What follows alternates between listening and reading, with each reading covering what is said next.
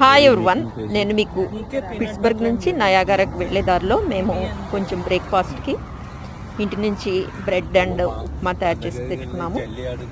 Pittsburgh నుంచి Niagara వెళ్ళడానికి 3.5 hours పడుతుంది. ఆన్ ద వే మనకి కాఫీ డే ఇవన్నీ ఉంటాయి కదా, అక్కడ మేము కూర్చుని బ్రేక్ఫాస్ట్ చేసాము.